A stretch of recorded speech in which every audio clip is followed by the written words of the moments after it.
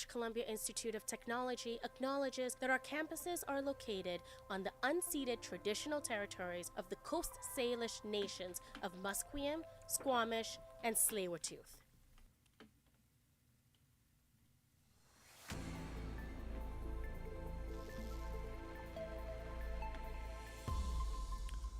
Good morning, everyone. My name is Braden Coombs, and here are your 11 a.m. sports headlines. We start off with hockey. The Vancouver Canucks were finally back in action for the first time since last season. This weekend, they had their prospects play in the Prospect Showcase.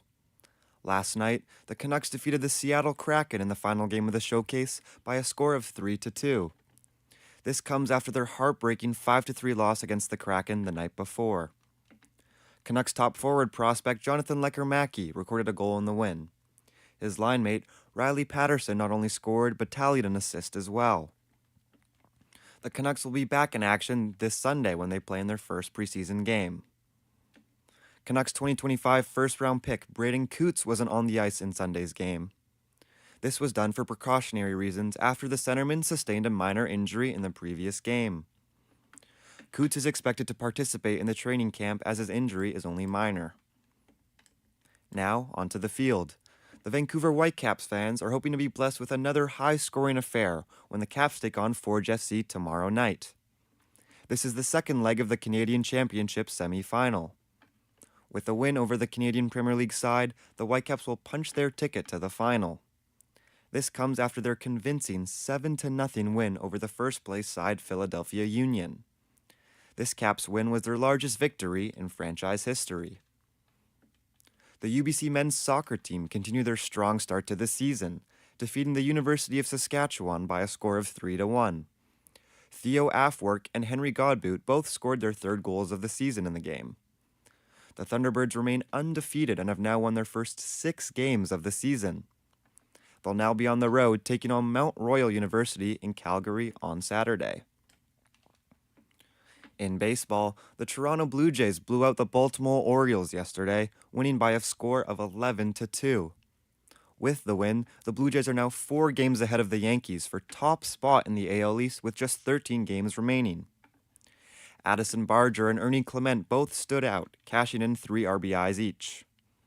Starting pitcher Shane Bieber had a great game as well, going 6 innings with only 1 earned run against and 6 strikeouts. The sweep wasn't even the biggest news of the day, though, for the Jays. They announced that top pitching prospect Trey Yesavage has been called up to the big leagues. The 2024 first-round pick is expected to get the start tonight in their first game against the Rays.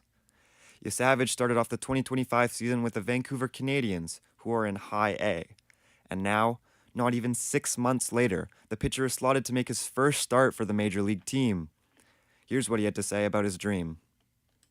Yeah, so yesterday afternoon, got pulled into the manager's office and gave me the option of shutting down or coming up here. And I thought it'd be a better decision to come up here and pitch for the Blue Jays. I was very emotional at first. And then after that, I was almost like numb. Like I didn't know how to feel. So, I mean, it was a whirlwind of emotions. It's insane. I've always dreamed about this, and it's finally come true. So it's awesome.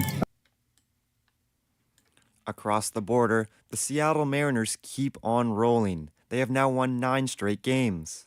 The Mariners defeated the Los Angeles Angels yesterday by a score of 11-2 to keep the streak going.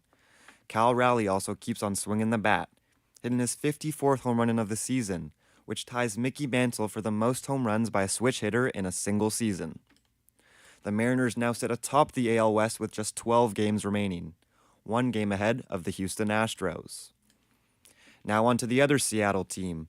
The Seattle Seahawks spoiled DK Metcalf's homecoming, defeating the Pittsburgh Steelers 31-17. The former Hawks receiver recorded a touchdown but only had 3 receptions for 20 yards. The Seahawks defense had another great game with 2 interceptions by Darion Kendrick and Kobe Bryant.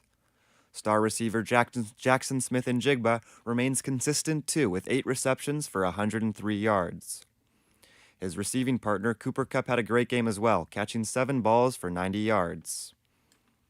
There's 2 NFL games on the slate tonight. The Tampa Bay Buccaneers will start it off, taking on the Houston Texans at 4 p.m. That game will be followed by the LA Chargers taking on the Las Vegas Raiders at 7 p.m. I'm your host, Braden Coombs, and those were your 11 a.m. sports headlines.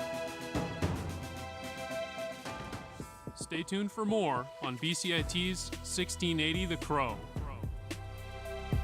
The hands-on part of the program is the main thing that drew me to the program, and it's the main thing that I'm taking away from this program. There's no experience like just being able to go out and practice and do the work, and been able to do that both here in the newsroom, out on the internships, multiple internships that I've been able to go on, and I think it'll serve me very well.